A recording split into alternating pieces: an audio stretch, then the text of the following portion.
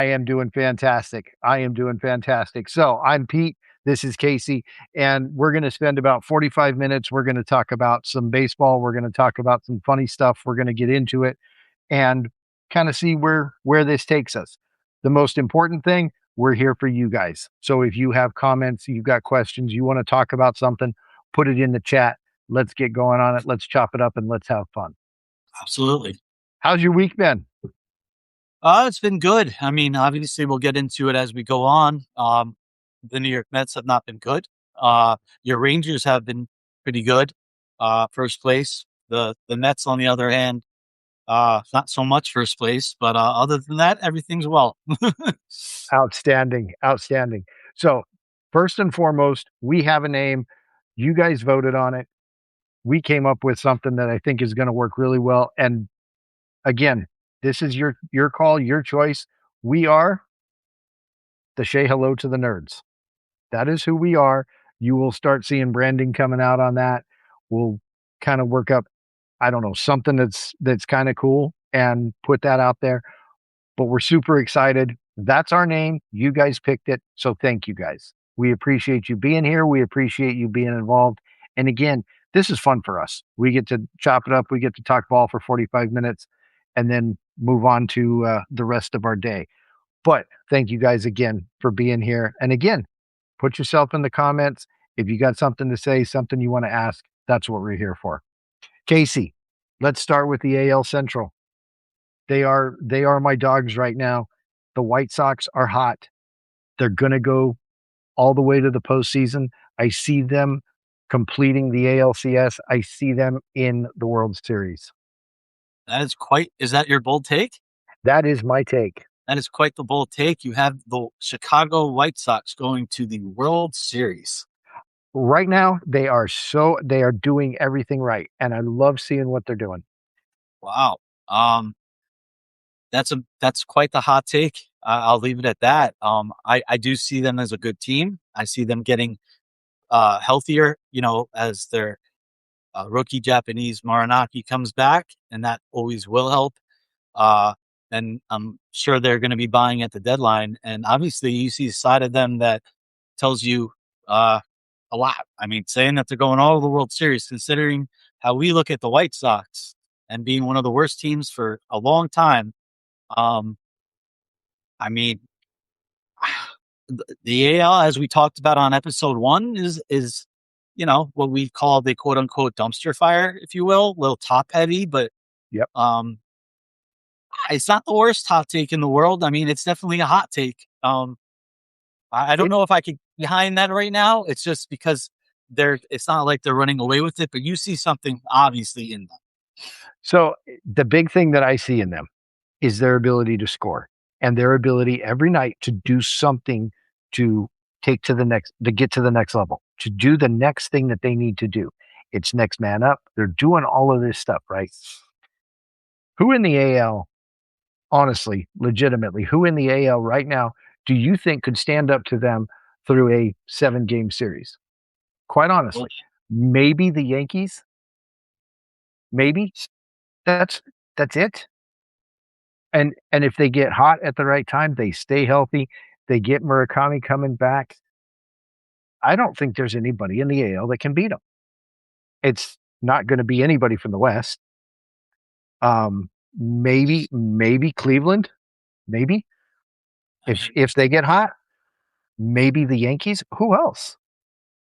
yeah, I mean that's one of my hot takes right there. I mean, we're on the same boat. You have one, I have another kind of version of mine, but you're right. There's not many people that can, not a lot of teams that can, post up numbers like they do. Obviously, pitching and defense, is a huge part of everything, but I can't ignore the fact that they score runs. They do. They do. What's yours? What is your hot take? Well, we didn't speak about this before. Obviously, this is just, Nope. we're chopping it up. My hot take is about the New York Yankees, and it's the opposite of how high you are on the Chicago White Sox. My hot take is the Yankees are not as good as people think they are. Um, and they do have the best record in the AL. They have, I believe, it coming into tonight's game, a game and a half lead on the Rays. Mhm. Obviously, Judge being out is a massive uh, distraction and just a big time blow to their team. Uh, but they have enough offense, not lately, uh, to get them to where they want to go. But they're based on pitching, and what I'm seeing right now is a lot of just red flags with them. Obviously, it's easy for me to say this. They're on a 5-game losing streak. It's their longest losing streak since April when they lost 5 games in April. They got swept by the Red Sox. They lost last night. They're not hitting. They had a comedy of errors on Sunday night against the Red Sox, and being swept in a 4-game series to whatever team is not good. But just to tighten a little bit, I see the digression and Ben Rice not hitting as well with Aaron Judge in the lineup, and that is a big thing, obviously. Um, obviously, Max Fried is not close to coming back. I mean, he's throwing, but there's no set time for him. There's no rehab, stated. And Josh Chisholm, yes, he left the game yesterday with concussion. We don't know how long he'll be out, but and then you have Grisham on the IL. He's coming back. That will help. But my hot take is that uh, it's the opposite of yours in a way. It's just that you're high on the White Sox, which furthers your argument. The only team that probably could beat them is the Yankees, and I'm saying the Yankees are not as good as we think. Even hypothetically, if the Yankees got Aaron Judge back today, which they are not. I read the reports today.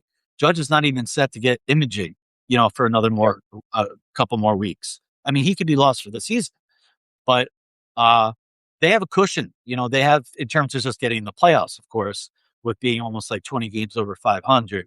But what I've seen the last 5 days is a 5-game losing streak. Their offense has completely disappeared. And I've seen Garrett Cole have 2 duds in a row. I've seen Carlos Rondon not pitch well. I don't trust the back end of their bullpen. I just don't. I mean, Bendar is maybe above average as a closer, but I'm just not as high as them as people would think. Injuries have a lot to do with it. Their manager has proven nothing. You know, Aaron Boone in the last 8 years that he's been manager. So that's not an X factor. We'll see how it plays out. I know it's easy to, crap on them when they're on a 5-game losing streak, but that's my hot take. I'm not going to disagree with you on any of it.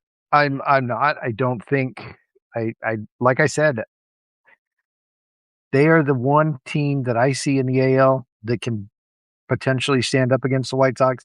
Maybe if the Tampa Bay Rays keep going, they could, but I don't see that being sustainable with what they're doing. And I just don't see it anywhere else. I really just don't. I think Judge's, what did I see today? That Judge is going to be out until August. At I mean, least, that's it. They're missing a big part of their season where he is very important to them and he's not going to be there. That's a lot of momentum that they're going to lose and probably not be able to make up with. So I to, agree with to, you. I think it's a good take. to put a bow on our hot takes, you know, uh, what was I going to say? There was a lot, but I know we are short on time with everything we want to talk about. Uh, Judge could be lost for the season, and that's something that they're going to have to address at the trade deadline if they do think that maybe he won't be back by August or the middle of it, because you can't replace Judge, but they're going to need some power back in there, definitely. Oh, 100%. 100%. All right, let's move on in the division. Let's go to the AL West. Let's talk about the Rangers and the bird feathers holding this thing together. They're 43 and 42. They're finally a game above 500 and they're leading a division. Come on. I mean, they're they have a -9 run differential. Am I right? -5 run differential. You can't be leading a division with a -5 run differential. It's not realistic. It's not sustainable. They've got to start doing something with their pitching. They've got to start doing something with their offense. Everybody's injured. You saw Brandon Nimmo go down today. Wyatt Langford's down. Corey Seager's doing whatever protocol he has to do after his concussion. There's so many things going against this team right now that it just cannot possibly stay and be part of the picture for right now. Maybe later, maybe once they get their wheels under them, we might see something different. But right now, it's just not real. Yeah, What are I you mean, thinking? You know the Rangers better than most people. They are winning the division, but it's end of June. There's a lot of baseball to go. And like you Yeah. said, they're kind of just duct taped together right now. I'm not really sure. You would know better than me with the Rangers. If they're in first place, they're probably going to be buyers. Maybe not crazy, but maybe address a couple of things. Um, I guess maybe the next 5 weeks, that's how it will play out. Chris Young knows what he's doing as your GM, and everything like that. I know you trust him, but with the injuries to Nimmo, Langford, um, they're a big mystery team right now. But uh, I'd rather be in first place in the end of June than have no chance. I've always said, and it's early, that just get into the playoffs, get hot, and you could go do damage. We've seen it from so many different wild card teams. Whether they win the division or get in as a wild card team, we've seen so many teams just get in, get hot, win it all. The buys we have seen really don't matter all that much. We've seen teams with not having a buy for the first round and do well. So And I and think you the see the Rangers will. and you see the buys hurt teams too. We've seen that more than once where the buys have hurt teams. The Dodgers didn't have a buy last year, and we know what happened. You know, if those teams that had buys didn't go on. Okay, so now let's play in your backyard. 15 and a half back. Yeah. I mean, we know the news. We're going to get into it. Real surface. Where are we at, man? What's happening? Well, first of all, obviously I'm the Shea Hello newsletter, and I cover the Mets, and I'm not going to lie to everybody who is live with us, and thank you again for joining us. If you're just joining us, by the way, we have a new name, Say Hello to the Nerds. You guys voted on it from season episode 1, which was last Tuesday. We're very happy about that. But um, yeah, covering the Mets honestly right now is not fun. Uh, 15 games under 500, the 35 and 50 going to this middle game against the Blue Jays. They are done. And my newsletter today, and you can check it out. My subscribe button is right there, I believe, on the screen. Uh, Say Hello newsletter. You know where to find me. I broke down a complete breakdown on what the Mets may or may not be doing with basically everybody on their team. I didn't leave anybody out except basically their backup catcher, Luis Torrens, who's just signed an extension. But um, they haven't been 15 games under 500 since 2018. They've lost 9 out of 10. I mentioned to you last Tuesday, 20 games to go, or what was it, 23 games to go Yep. in 23 days before the All-Star break. Now I believe there's 12 games to go, and they have lost 10 out of 11 or something like that. They have completely done the opposite of what they needed to do to make a run. They got swept by the Cubs in a 4-game series. They lost 7 in a row. That's the opposite of making a run. So, you know, we all realize that. Rational Met fans, I don't think any Met fan would think they have a glimmer of hope. They're 10 games back from the wild card. Just last week when we talked, they were 5.5. But when you drop 9 out of 10, you're done. So I cover this team, and it's fun because they're a circus. They made Yeah. 6 errors in 2 games.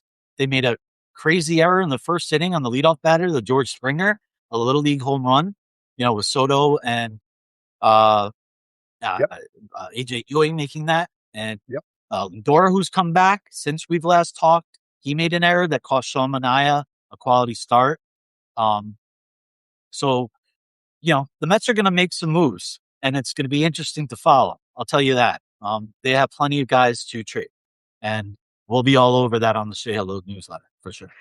And I think one thing, and especially because I know you talked about it with kind of the expectation going in and what we saw last night, especially and I was watching a little bit of it last night. But what we saw, it just isn't indicative of what that lineup is on paper.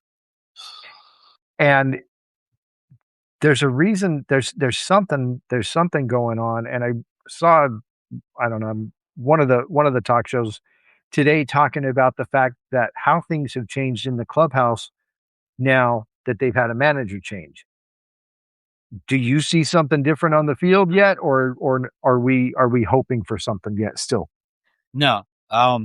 So obviously, since we last talked, when you lose 7 in a row, you get swept by the Cubs. They fired their manager. Carlos Mendoza is gone. Interim manager Andy Green, who has been in their front office as director of player development, or overseeing basically everything in the organization. They've already said it's a 3-month managerial interim job, and they will look for a new manager at the end of the year. But to answer your question, no, he's there to just kind of, in my opinion, and I haven't wrote about this or spoke about it, so this is just news to everybody. If he's there, in my opinion, to evaluate right now, because that's what his job was before. He's not so much there, and we're talking about interim manager Andy Green, to win games. I mean, they have it. They're 1-3 under him, and I don't see any dying need, obviously, to win. You know, he got hired for Friday's game last Friday against the Phillies. They lost 2 of 3. Um, they just right now are, as much as you want to be gaslighted, or when David Stearns talks, no, they know they're done. They're selling. So Andy Green is obviously now in the managerial role to evaluate these players and see what they have for either trading them, keeping them, or what they have for next year. And the last thing I'll say about this, they waited way too long for Carlos Mendoza to be fired. We saw what happened with Alex Cora and the Red Sox. We saw what happened with the Phillies, Rob Thompson, and Don Mattingly. Red Sox, as bad as they've been, they're right there somehow in the wild card race. Just that's because the AL is just a dumpster fire. But they waited too long to fire Carlos Mendoza. And let me be straight here, and I've written about this many times in my newsletter. It's not his fault. He was dealt a bag of crap from David Stearns and how he constructed it. And he was a lame duck manager. He was he was going to be fired no matter what, unless they got far in the playoffs. And uh, David Stearns is using his shield right now. That was his shield. It didn't help him. Most fans are not on the side of David Stearns, but it was never Carlos Mendoza's fault. He only had what to work with. If the players don't perform, they got, think about this. And I know I'm rambling here, but No, you're fine. they got rid of their entire coaching staff as well as gutting the whole team, and only kept Carlos Mendoza. That is unheard of.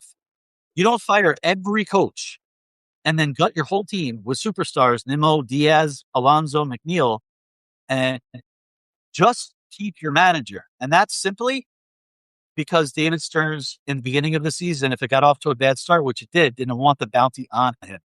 But I'm sure Steve Cohen, the owner, said after that 7-game losing streak and 4-game sweep, you know what? We have to do something. The fans are going crazy.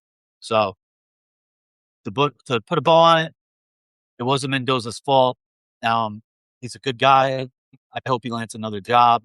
And Andy Green here, I don't think he's all about here to win games. They're 15 under. Whether they finish 13 under or 8 under, it won't matter. And that's where I see the Mets right now with their new, managerial change. No, I kind of agree with you. I think there's a few things. Let me get to this really quick. Thomas, yes, you're absolutely right. The Rangers do have the starting pitching to make a run. What they don't have is the offense, honestly, or a bullpen. They don't have a closer. If we're buying at the trade deadline, I hope it's a closer. I pray it's a closer. But yeah, The Mets can help you there. it would. It would help us immensely if we had a closer, if we had a genuine lockdown closer, things could be different, honestly. But closing by committee doesn't work. You can talk to any Nationals fan about that too. Anything closing by committee, it doesn't work. Let me get back though into the Mets, because there's another piece of this that I want to talk about. So, and this is big national news. I mean, we're not doing anything that anybody else isn't doing. But they've got a payroll of what, just under 400, 375 million. And Was it just incompetence? Was it misguided? Was it the wrong people? Was it the wrong guys in seats? All of the above, none of the above. There's so many pieces there that have to be looked at. Yeah, we don't have enough time for me to answer that, but I mean, I've talked about it to the cows come home and written about it a lot, obviously, with them losing every game. Uh, David Stearns and just how he gutted the team, got rid of the entire coaching staff, kept Carlos Mendoza. There was no chemistry. There was no identity to begin the season. And we've seen with the New York Knicks, I know it's another sport, but it's New York, and Met fans and Yankee fans are Knicks fans. And I've seen it. I'm a Knicks fan. First championship I ever got to see, in my lifetime. They brought in guys like Jalen Brunson and Mikal Bridges and OG, obviously through a trade, and Josh Hart. They're best friends, the three guys from Villanova, and they won together. The Mets literally just are David Stearns short-term contracts, guys with opt-outs, nothing signed long-term. And think about that as a human element, Pete. When you're not here on a long-term contract and nothing is guaranteed more than 2 years, you don't really feel, unless you're moving around like a journeyman, but you don't feel like you're a part of something. Like you're just kind of passing by, and your heart is not fully in it. And so with that, and also you had a completely new team have to get to know each other with no chemistry, no bonding, no nothing. Everything was just changed. Um, and that's the biggest thing that started all of this. The $380 million payroll is there, but a lot of those contracts are because they frankly suck. Frankie Montas, David Stearns gave him 2 years, $34 million when nobody would offer him a penny. And that was one of his first signings. And it's just bad money spent, bad use of getting rid of Pete Alonso. Like it was known for a long time, David Stearns does not like Pete. And he wasn't going to bring him back after he gave him that one out, that opt out year for last year. But it's just a cluster F of everything right now that could have gone wrong. And honestly, it just has to do with David Stearns. And I wrote this on Monday, and it happened to be one of my better newsletters in terms of just, reads and how many people it reached. I wrote it from the heart. I put a lot of blame on Steve Cohen, the owner, and I never thought I'd ever do that. I was fair. He spends money, he's invested. I know teams could kill to have a $400 million payroll. I'm not greedy. I'm used to the Wilpons being the owners. They were called the coupons, But the way that this has transpired over the last almost 6 years and how it's just gone by, my newsletter, and check it out. It's Monday. Um, it's from Monday. I wrote it from the heart. I'm not happy with Steve Cohen. He's the one that hired David Stearns. I understand Stearns had a high quality reputation, but maybe it wasn't a match for New York, because Stearns was a mid-market Milwaukee guy. And now maybe, you know, all this money and just he wanted to do things that he wanted to do. It hasn't worked out. So I give obviously more blame to Stearns, but I'm slowly giving a little more to Steve Cohen, because usually we hear from him. He's been transparent for 5 years, whether it's talking press conferences, or in the dugout with reporters or just tweeting. And he stopped. And now the Mets fans are just in the dark wondering what happened to this team. You got rid of everybody. We suck even more now. Our favorite players are gone. And Cohen has just been silent. He was just arguing with people on Twitter, random dudes, replying. Met fans want to hear from him, and not because owners are obligated to speak to fans. That's not really heard of. Mark Cuban, Jerry Jones, not many. But Steve Cohen from the jump was talking to fans through Twitter, social media, whatever it might be, going on interviews. And then it just completely stopped. And why that happened, there's a lot of conspiracy theories I don't want to go into right now, take forever. But to answer your question, it has to do with the front office. Players will be blamed, obviously, but the front office, to answer your question of $380 million, what went wrong? And that's fair. The thing that and this really jumped out at me, and I'm going to touch on this, and we don't even have to get into it. But in the press conference with Stearns, when the question was asked, well, is your job on the line? And a very deadpan, very straight up serious, no, it's not. There's there's a piece of ownership, there's a piece of being, in the trenches with these guys and owning what goes wrong, right? It's not owning the team, not in that sense of ownership, but owning what goes wrong. And Stearns just simply flat out refused to take any ownership. No, I'm fine. My job's fine. I talked Yeah, to Stevie. Stevie said my job's fine. So we're cool. So we're just going to go find another manager.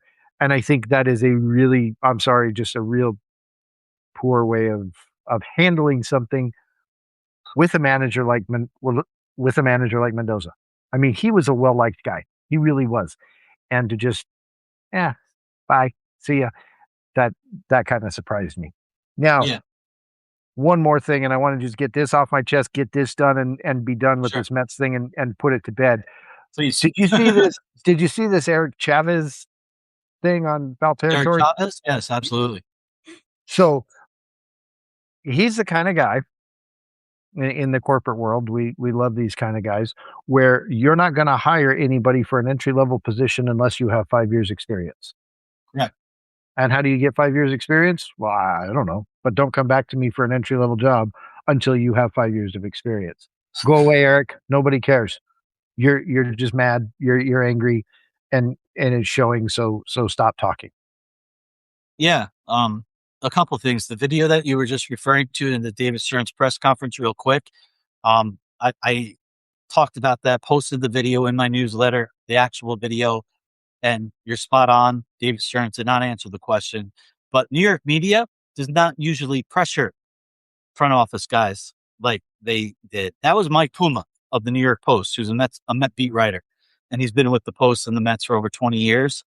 Um, and he sees social media and how fed up Met fans are, and he was the one that I called balls, chutzpah, brass to ask that question. And the question was, should you think about maybe resigning? Now, obviously, nobody in the world would say yes to that, like David Stearns, but the way he just has that cocky grin, like he's the smartest man in the room with a little, smirk, like he's better than you. That's what he gave off in that answer. It wasn't sincere or heartfelt. Um, and then just moving quickly to Chavez, if you want to interject, go ahead. Sorry. Oh no, I that's exactly what I got. It was Yeah. smirky, smarmy, just a really kind of disgusting display. So we have a comment here from Thomas Scherrer. I hope I'm pronouncing your last name. He writes in, and you could join in, guys, if you're on the live with us.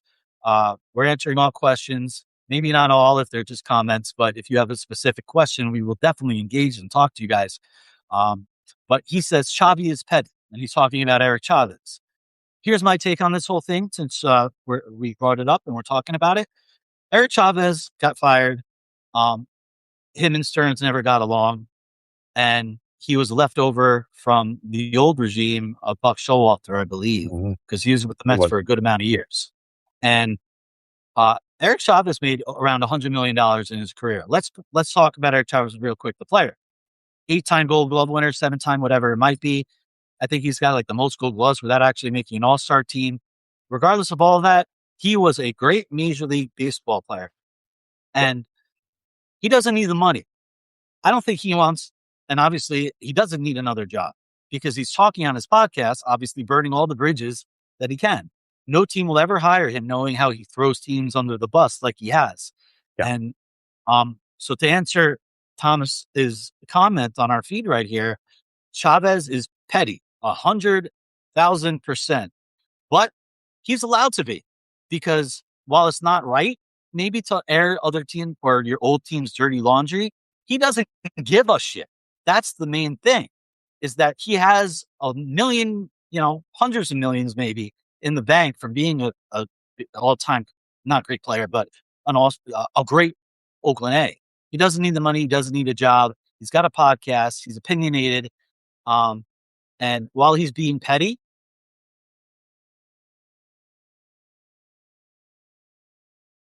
Oh, of whatever you want. Um, but whether I agree with it or not, no, shut your mouth, Chavez. It's just petty stuff. So yeah, now I'm talking it out. Thank you for that, Thomas, with the comment there, because he's absolutely 100 being petty. It's not a good look for anybody, especially what he just said about Juan Soto. That was the big comment, and that's where I think you were going with. That's exactly where I was going to go. And I think you start. I, I I don't think that that's a good look for somebody like him. I don't think that he comes off as being. He might be completely knowledgeable. He might have all these great ideas, but when you start sniping people and you start doing these kind of things, it's just not a good look, and you just really should be quiet. Yeah, Just honestly, honestly. it's obviously he doesn't want another job. He doesn't Right. need it because he's got all the money, and so that's why he's doing it. We both agree it's not a good look, and go away with your podcast, Mr. Eric Chavez. Stay on the internets, and we'll be fine. So one other thing, another part of this I want to get to, and that's the Pirates. I don't know if you saw what they did last night to the Phillies. I did. Why are they not doing that every week? Why is that not something that we're talking about after every game? Okay, they can't do it every game, sure. 3 times a week, 4 times a week. Why are we not doing this, guys? What is the problem here? So before I answer that, let me get a little more info from your question. Are you high on them? It sounds like they're underperforming in your opinion. So they are underperforming, in my opinion. They have they have talent on that roster. They've got two unbelievable people on their staff. They should be doing these kind of things more often. And I don't know why we're seeing such a struggle happening with the Pirates. There were so many people that picked them beginning of the year. Hey, the Buccos are going, man. This is going to happen. And they came out hot. They were doing the things. You've got Paul Skeens. Paul Skeens is not throwing like Paul Skeens normally throws. We saw he had a really bad start to the year, but he's coming back into it. You see Bubba Chandler doing his things. You see all of these guys. And to put up what they did yesterday against the Phils tells me that it's there. Hmm. We I want to see them do more. I want to see the Pirates franchise succeed, and I want to see these fans get something out of it that they haven't been able to see for so many years. Yeah, real quick. I agree. A couple things there. To your first point, I think they're a little young. I don't think they're really meshed together well. They brought in some veterans and spent money just like the White Sox did for the first time, and whether that's to try to lure Paul Skeens to stay, I don't know. But Pirates, just like the White Sox, don't spend money, and they did. They brought in Ryan O'Hearn. Um, they brought in uh, who am I forgetting? Another hitter that is not it's not coming to me, but a quality hitter. What were they down 5-0, and they won 8-5. They had Ashcraft on the mound, and he shit the bed, but 8 runs will save you. Um, I think it's their bullpen and kind of back end of their starting pitching that's holding them back. To answer your first question, and then I just think that um, the NL Central is wide open. They're around 500. We're obviously right there in the wild card race. They could always buy. They will. You don't spend money in the offseason out of nowhere if you're not a contender and not buying. Um, so I'm with you. I'm higher on them, not because they're in a weak division, but they have the talent. Obviously, O'Neal Cruz is on the IL, but um, there's a lot of good players on that team right now. And in that division, you probably should be doing better. They're only 2 games back in the wild card. So I really want to see them. I really want to see them go forward and really make something out of this because it's an opportunity for them. And I think it's going to be something that we see for a couple of years going forward, where the Pirates are just going to be part of the conversation. And that doesn't make me sad at all. It it, They it have a doesn't great make me sad. baseball city. They have one of the greatest fan bases in the world. They show up when they're winning, and we've seen it. So I hope that they do well because there's nothing like a packed ballpark in one of the most beautiful stadiums in all of baseball at PNC Park. I mean that backdrop of Pittsburgh and just the Roberto Clemente Bridge. obviously. Yep. Um, I'm rooting for him. Oh yeah. No, I completely agree. Um, you talked a little bit about the losing streaks, especially with the Yankees. They're on a 5 game they're on a 5 game slide. The A's are on a 3 game slide. I've been really high on the A's all year. I still am high on the A's. I think there's work that needs to be done, and the offense isn't always going to fix it. The Padres are on another 3 game slide. Do the Padres do the Padres finish second in the NLS? Do they show up? Do they finally start coming together? Does Tatis finally figure it out? They're not winning the NLS. They're But 12 no, no, game. no, no, no. Yeah, whether they yeah, whether they make a playoffs, get into the Second in the West. yeah. Um, they're another team that is odd, but the main issue with them is that their superstars are not producing. Manny Machado is having his worst year of his career. Tatis has what, one home run? One or two, yeah. Yeah. They had the best closer in baseball. They have Michael King. They got some really good pitchers in that rotation, obviously, and they have a great bullpen, but they're not hitting. Um, they have one of the worst offenses in the league. They're like bottom five in the NL or maybe all baseball. But why I can say that they have a pulse, AJ Preller, their GM, will always buy at the deadline, Yep. and they will be in it. They're right there for a wild card spot. We've seen it with all the moves they've made. Yep. And their bullpen. Their bullpen is a top three in the major leagues to me with what they have right there with Mason Miller and Vasquez. Is it Vasquez? Adam. Uh, there's just a ton of guys there that are amazing in the back end. I almost put him number 2 behind Philly in the bullpen. If I'm comparing them to Philly, I have them above Philly. Do you? Actually, yeah. I mean, we could Okay. one or two, sure, but Okay. uh, that's why I think they're in better shape than we think because they have such an amazing bullpen. Their starting pitching is decent enough, and they will address that at the break, or I should say the deadline, and they're going to adjust their offense because they don't. That's what's holding them back. It's their offense. Absolutely. Absolutely. Um, got a few more minutes to go. This is a question that's been brought up. It's something that I wrote about. Um, Scooble, Cy Young, 2026. Yes or no? No, no way. No. After he came back from the IL, he's had three bad, mediocre starts, and that would be for any pitcher. For Screwball, we're used to 8 innings, 2 runs every game with 10 strikeouts. He's not Screwball of 2 years ago. If you want back-to-back Cy Youngs, that's amazing. He should get good money, but he's not winning the Cy Young this year. Schlittler take his place? Well, it's funny. I know why you're bringing this up because what's happening in about a couple, maybe an hour? They're facing each other, aren't they? Yes, they are. Yeah. Um, He could be right there, Schlittler. Yeah. His numbers back it. His ERA backs it. His strikeouts back it. Absolutely. I think Schlittler's been on fire all year. Um, I I want to like the guy so desperately. I do, but he's a Yankee, so that's kind of hard. Um, quite honestly, but I want to like Schlittler because of what he's doing and the what he's putting into it. I I do legitimately think though, honestly, his contact suppression is so incredibly high that he's kind of a lock for it, honestly. Even against Scooble, if Scooble were still Scooble, quite honestly.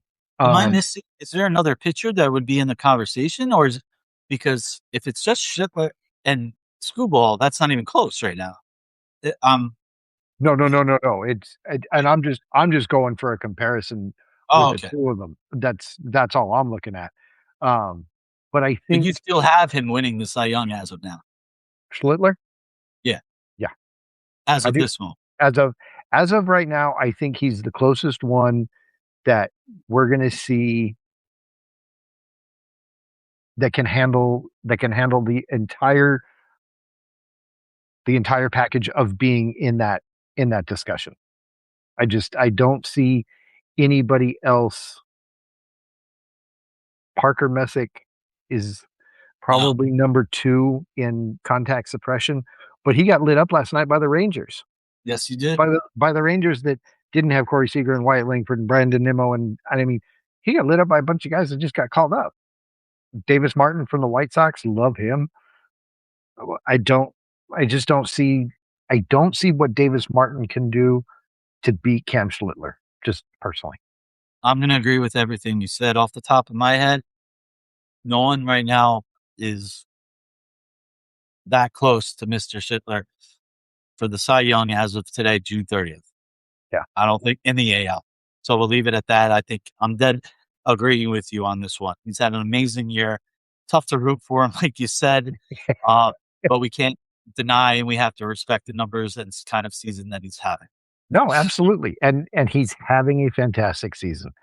Um, I think the only person above what Schlittler's doing, honestly, in baseball is Mizorowski, and that's a conversation that could take another 45 minutes. He's awesome. He's winning the Cy Young. It's over. Oh yeah, That's it's done. that's fine. I mean, Yeah, it's yeah. He's not even in. He's in his own world right now, and I've never seen anything like it. no, call Vegas. Put your money on it if that's what you do, because Mizorowski's winning. Um, Trade deadline coming up. Let's talk about Scooble, because obviously he is again what everybody's talking about with the trade deadline. What do the Tigers get out of it? Are they asking for the moon? Do they want just a couple and offload him off the books so they don't got to pay the full 36 million or whatever it was? That's a great question. Um, it's kind of complicated because of his injury. He's not pitching like the screwball that we're used to, Yep. and there's 5 weeks left. He's starting today, so he's got what, 4 more starts before the deadline. Let's say 4 or 5.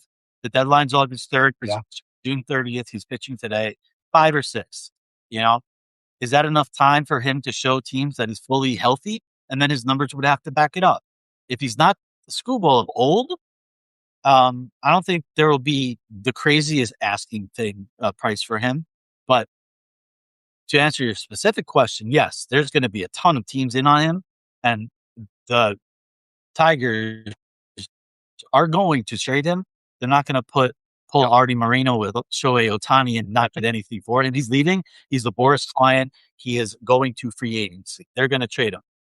They will get a massive return. It just might not be what it was if he didn't get hurt and was not having the screwball type year. that's fair.